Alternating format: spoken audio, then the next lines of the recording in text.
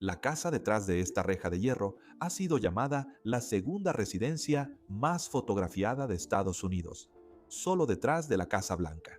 Y aunque los críticos de arquitectura la han descrito como absurdamente impresionante, la mansión se ha convertido en un ícono de la cultura pop por derecho propio, apareciendo en una variedad de portadas de libros, carteles y videojuegos, así como en su propio reportaje en GQ por ser considerada la casa embrujada más influyente del mundo. Pero aquí está lo extraño. En contraste con su notoriedad, casi nadie puede entrar. Y a quienes sí pueden, se les prohíbe tomar fotografías, lo que sugiere que la mansión Carson es el lugar más secreto de California. De hecho, según un artículo del LA Times de 1980, cuando la comisionada estatal de California llegó a la puerta principal en 1974 como parte de una delegación oficial del gobierno, la rechazaron. ¿Cómo pudo pasar esto? ¿Quién construyó este lugar y por qué está completamente prohibido fotografiar el interior? Mantente atento para descubrirlo mientras revelamos la historia de la mansión Carson. Soy tu anfitrión Ryan Sokash y estás viendo IT's History. Esta historia comienza en la provincia canadiense de Nuevo Brunswick, donde William Coleman Carson nació en 1825, hijo de inmigrantes irlandeses que se ganaban la vida como leñadores. Así que, naturalmente, el joven William creció con un hacha en la mano, y para cuando era adolescente ya aspiraba a seguir los pasos de su padre. Sin embargo, cuando llegaron noticias de la fiebre del oro en California, William, que entonces tenía 23 años, sin nada en particular que perder, partió hacia California. Él y 4 compañeros abordaron un barco y soportaron el viaje de 6 meses alrededor del Cabo de Hornos antes de finalmente llegar a San Francisco. Desde ahí, Carson se dirigió al norte hacia las montañas Trinity, internándose desde la bahía de Humboldt a lo largo del río Eel. Y aunque pasó 2 temporadas buscando oro junto a miles de otros hombres, nunca encontró oro. Sin embargo, notó otra mercancía, quizás más práctica. Verás, ese primer invierno, cuando las minas se congelaron, Carson tuvo su momento eureka. Se le ocurrió que los árboles, específicamente las secuoyas, eran extremadamente abundantes. Crecían en bosques tan densos que bloqueaban el sol del mediodía, y estos eran árboles de un tamaño que él nunca había visto en Canadá. Por lo tanto, en 1852 abandonó la fiebre del oro y regresó al negocio de la madera. El momento fue casi increíblemente bueno.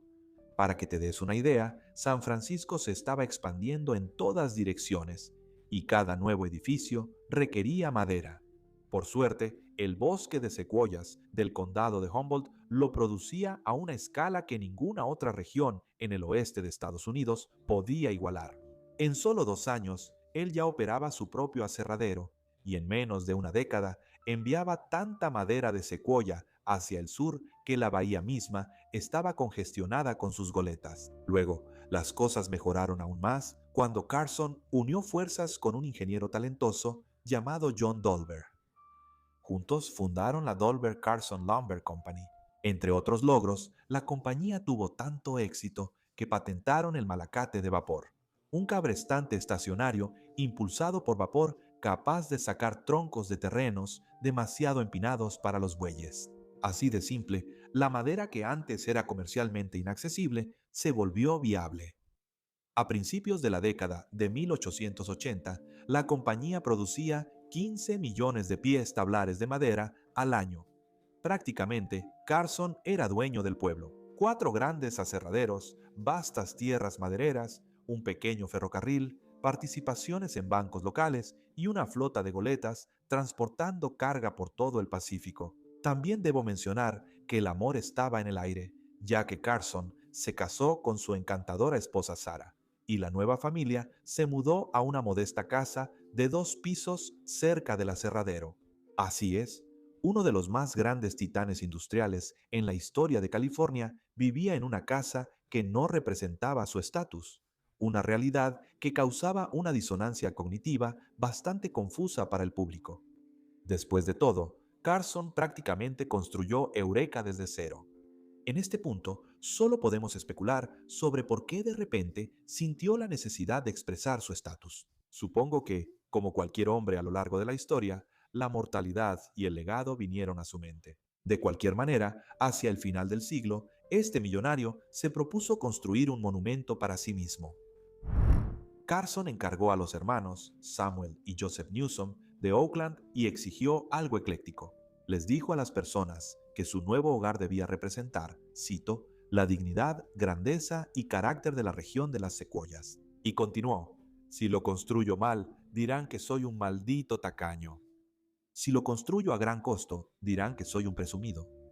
Supongo que simplemente lo construiré a mi gusto. La construcción comenzó en 1884 en la esquina de las calles Segunda y M, con vista a la bahía. Más de 100 carpinteros y artesanos trabajaron en el sitio y se trajeron maestros talladores de madera desde lugares tan lejanos como Irlanda y Suiza, mientras Carson enviaba sus propios barcos a Sudamérica para importar 97,000 pies de una madera tropical clara apreciada por la luminosidad de su veta. El exterior se construyó completamente con madera de secuoya de veta clara proveniente de los propios aserraderos de Carson, a un costo que hoy equivaldría a varios millones de dólares. Después de 2 años de trabajo, la estructura que se levantó constaba de 3 pisos, una imponente torre de observación, frontones apuntando en todas direcciones, cúpulas, ventanales saledizos y trabajos calados que cubrían todas las superficies. Los periódicos la declararon, cito, la mejor residencia del oeste. En el interior, el vestíbulo de entrada se abría con enormes puertas gemelas, cada una con vitrales que mostraban figuras de dramas de Shakespeare. La escalera central era una gran construcción de primavera pálida.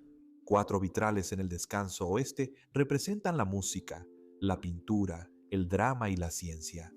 Y no hay 2 vitrales iguales en la casa. El pasillo del segundo piso se abre a través de arcos moriscos. Sus curvas están tan perfectamente ejecutadas que los visitantes constantemente los confundían con piedra, ya que el comedor fue modelado directamente a partir del gran salón del castillo en la Ciudad de México, y con gran resultado, sin mencionar que hay 8 chimeneas en toda la casa. Y en mi opinión, quizá una de las características más definitorias es esa torre de observación, donde los periódicos especulaban que Carson podía observar toda la ciudad en la que ayudó en gran medida a construir. Las reacciones del público estaban divididas. Las damas de la alta sociedad de Eureka la adoraban, mientras que los leñadores que trabajaban en los aserraderos de Carson la llamaban, y cito, la hermosa monstruosidad. Aún así, nadie podía negar que esta estructura era única. De hecho, grupos de personas llegaron para verla desde el primer día. En los años siguientes, la mansión se convirtió en el centro social de Eureka, ya que los Carson organizaban reuniones a una escala acorde a su posición, por lo que el tercer piso del edificio funcionaba esencialmente como salón de baile. De hecho, la casa era un monumento. Era prueba de que una gran riqueza había llegado a la región, y ser invitado a entrar como huésped confirmaba que pertenecías a la clase que simbolizaba dicha riqueza. William Carson falleció el 20 de febrero de 1912, a la edad de 86 años después de haber vivido en la mansión durante 26 años. Su cortejo fúnebre fue el más grande en la historia local, avanzando por la Quinta Calle hasta el cementerio Myrtle Grove, con más de 200 empleados siguiendo el ataúd. Las banderas del pueblo ondearon a media asta y muchas de las instituciones de la ciudad cerraron ese día. Al final de cuentas, la herencia de Carson se valoró aproximadamente en 20 millones de dólares y dejó la casa familiar a su hijo, Photo M. Carson, quien a su vez pasó el patrimonio a la siguiente generación. Así que durante 4 décadas, los Carson continuaron viviendo ahí, pero para el siglo XX ya no tenían los medios para mantener una casa tan extravagante. La razón de su declive también es bastante simple. Los grandes bosques de secuoyas de California prácticamente ya habían sido talados para ese momento. Para finales de la década de 1940, los Harris se habían mudado a San Francisco y ya no tenían nada de paciencia. Así que le hicieron una oferta a la ciudad de Eureka para comprar la mansión por $1. La ciudad rechazó la oferta y los funcionarios declararon, cito, no podían permitirse pintar el maldito lugar. La segunda mitad del siglo XX fue una época oscura para esta casa tan inusual. Se consideró convertirla en departamentos, pero más que nada se estaba discutiendo la demolición. Y como la mayoría de las historias que contamos aquí, probablemente ese habría sido el resultado, de no ser por un club privado de caballeros que reinventó la mejor casa victoriana de Estados Unidos como su nueva sede. Y así fue. En marzo de 1950, la venta apareció en la portada del Humboldt Times. Un grupo de aproximadamente 120 empresarios del condado, organizados como el Carson Club, que más tarde fue renombrado, había comprado los terrenos y todo su mobiliario por $35,000. Y es a partir de este punto que la información sobre el club y el interior del edificio se vuelve más escasa. Pero en ese momento se declaró que todas las futuras modificaciones a la arquitectura serían, cito, acordes con el diseño básico y el carácter de la casa. Fuentes posteriores sugieren que este compromiso se ha mantenido hasta la época moderna. En 1985, el club inició una restauración de 7 años, raspando las superficies hasta recuperar sus colores originales y recreando papeles tapiz y alfombras a partir de fragmentos que sobrevivieron. Basándose en esa renovación, se piensa que los interiores, hoy en día, lucen esencialmente como cuando Carson estaba vivo. Y así, el público quedó bastante satisfecho con este resultado, ya que la mansión Carson ya era un ícono cultural en ese momento y no sería demolida. Pero, ¿por qué era un ícono? Bueno, además de su aspecto peculiar, la casa apareció en películas destacadas ya desde producciones de 1919, se vio en Valley of Giants, Ruggles of Red Tape y muchas otras películas. Estas apariciones llegaron a audiencias nacionales durante los primeros años de la cultura automovilística estadounidense, sembrando exactamente el tipo de curiosidad distintiva que produce lo que se conoce como turismo de peregrinación. Viajeros que se desvían durante horas específicamente para pararse frente a algo que han visto y tomar una fotografía. Y la mansión Carson es un ejemplo extremo de esto. Incluso en 1950 ya se describía como la casa privada más fotografiada del país. Sin embargo, casi nadie podía entrar. Y para ser justos, desde el momento en que fue comprada, perteneció a un club privado. Un club que me gustaría enfatizar que la salvó de la demolición. Así que realmente no hay ninguna obligación de dejar entrar al mundo exterior. Una situación que llevó a algunos titulares bastante controvertidos. Por ejemplo, en los primeros días de su existencia, el club no admitía mujeres bajo ninguna condición ni en ningún momento. Después de todo, este era un club de caballeros, lo cual, antes del movimiento por los derechos civiles de los años 60, era algo bastante normal. Pero después de ese momento, Estados Unidos cambió completamente su percepción. Y así, la política de no admitir mujeres produjo un enfrentamiento legal en 1974, cuando Ellen Stern Harris, vicepresidenta de la Comisión Costera de California, llegó con sus compañeros comisionados para una visita oficial.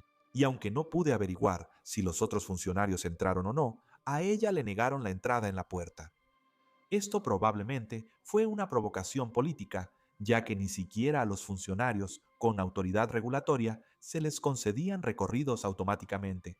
Además, la oficina del fiscal general del estado presentó una demanda rápidamente. El caso se prolongó hasta principios del 78, resolviéndose cuando el club aceptó que las mujeres pudieran entrar para, cito, cualquier función de negocios, cívica o política, pero no como miembros, ya que la ley de California en ese momento no podía obligar a un club social privado a admitir miembros sin importar el sexo.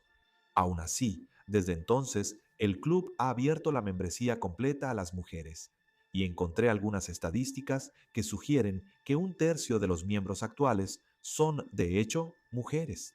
Dejando esa controversia de lado, la exclusividad de fondo no ha cambiado. No hay recorridos públicos y la fotografía en el interior requiere permiso. Y finalmente, el club ha decidido deliberadamente no solicitar la inclusión en el Registro Nacional de Lugares Históricos, una designación que implicaría directrices federales de preservación y con ellas expectativas de un acceso público más amplio.